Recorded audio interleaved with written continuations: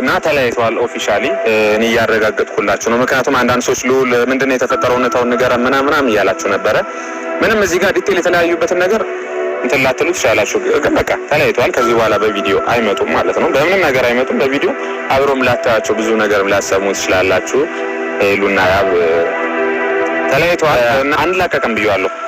አንድ ላቀቀም ባልኩት መሰረት እያንዳንዷን ያዩዋትን ክፍተት እንትን ብያለሁ ብያስብያለሁ እሱ ጋር ማለት ነው ገብቷቸዋል ይሄ ነገር ነው አፈቀርካት ወደድካት ለምትሉ ሰዎች ያለኝ ምላሽ ይሄ ነው እኔን አታውቁኝም እዚህ ጋር ሄለን ጋር ባለ ጓደኝነት ባክግራውንድ ምን ይኖረኝ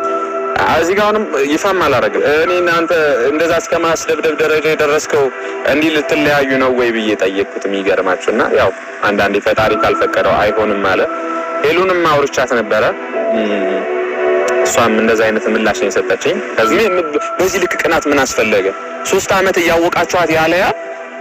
4 ወር ምናምን እንትን ብላችሁ በዚህ ልክ ምቀኝነት ማን ስለሆነች ነው እሷ ምናምን ብላችሁ ቪዲዮ ትሰራላችሁ ምን ማለት ነው እንደዚህ እንዴ ሰውነቻ እንዴ ውስጧ በጣም ንጹህ የሆነች ሴት ነች ሄለን ማለት ነው እኔ ብዙ ነገር ለፍቻለሁ ከዚህ በኋላ ወስጂ ሄለንን እንትምልበት ያብን ወስጂ ማን እንደ ሽማግሌ ወስጂ ምንም ነገር የለኝም ማርያምን ነው የምላችሁ በቃ መሮኛል ደክሞኛል ሰው ነኝ ይሰለቸኛል ገብታችኋል አይደል ማረግ ያለብኝ የጓደኝነቴን አረግ ያለው ጥግ ድረስ በ100% ነው የምነግራችሁ በሁለቱ መሃል የሚገባ የለም ግን እስከምናቀው ድረስ ኦፊሻሊ ሄሉና ያብ ተለያይተዋል በይፋ በፍቅራችን ጊዜ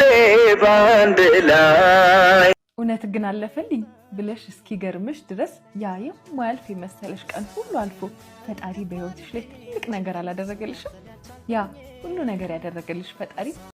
አንዳንድ ቦታ ላይ እንዳላወቀ የሆነው እንዳወቅን የታወቀ ቀን ጨዋታው ስለሚያበቃ ነው አንድ ጸጉር ቆራጭ ደንበኛውን ጸጉር እየቆረጠ አንድ ልጅ ይገባል ይሄ ምን አይነት ሞኝና ሚረባውን ማያቅ ልጅ እንደሆነ ላሳይህ ይልና 10 ብርና 50 ብር ያሳየውና መርጠህ የፈለከውን ውሰድ ሲለው 10 ብሩን ይዞ ልጅ ይወጣል ነግሬሃለሁ በጣም ሞኝ ልጅ ነው ብሎ ስራውን ይቀጥላል ይህ ጸጉሩን የሚቆረጥ ወጣት ጸጉሩን ተቆርጦ ሲወጣ ያ ትንሽ ልጅ ብስኩቱን ገዝቶ እየበላ ያገኘዋል አቡሽ ሞኝ ነህ እንዴት 10 ብርና 50 ብር መለየት ያቅተሃል እንዴት 50 ብሩን አልወሰድክም ብሎ ቢጠይቀው 50 ብሩን የወሰድኩኝ ቀን ጨዋታው ያበቃል እንዳወቅኩኝ ያቃል ማለት ነው ብሎ መለሰለት አንዳንዴ ሰዎች ተታለውልናል ተሸውደውልናል እንዳላወቀ ሆነዋል ማለት ስለማያውቁ አይደለም አያውቁም ብለን ያሰብናቸውን ነገር እንዳወቁ ያሳዩን ቀን ከዛ በኋላ ብዙ ነገሮች ስለሚቆሙ ነው ሰዎች እንዳላወቁ ሲሆኑልን ሰዎች እንዳላወቁ ሲሆኑላችሁ ሞኝ ሆኖ አይደለም እንዳወቅን ያታወቀ ቀን ዕውቀታችን ከነዛ ሰዎች ጋር ሊያቆራርጠን ስለሚችል ነው ሰዎችን እንደሞኛ እንቁጠራቸው አንዳንዶች እያወቁ ነው እንዳላወቁ ይሆኑት የትኛውም ፖስቴ ከማናችሁም ጋር ግንኙነት የለውም ግን ልካችሁ ከሆነላችሁ ልበሱት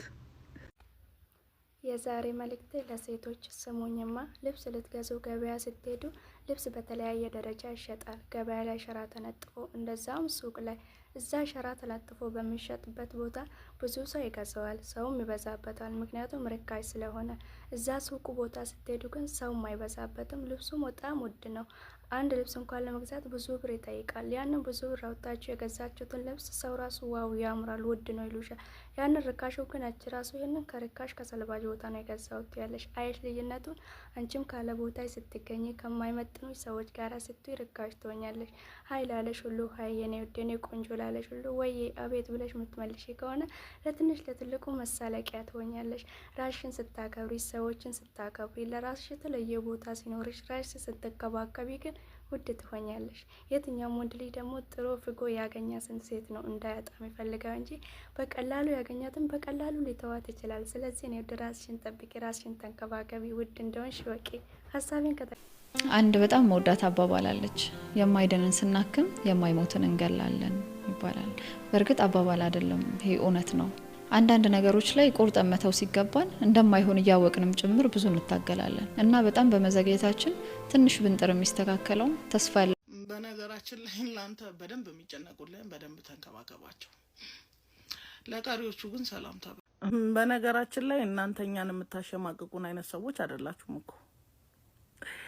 ብትሰድቡንም ብትረግጡንም ብትረግሙንም አንድ ነገር ግጠኛ ሆኜ የምነግራችሁ መቼም ቢሆን ወደ ኋላ አትመልሱን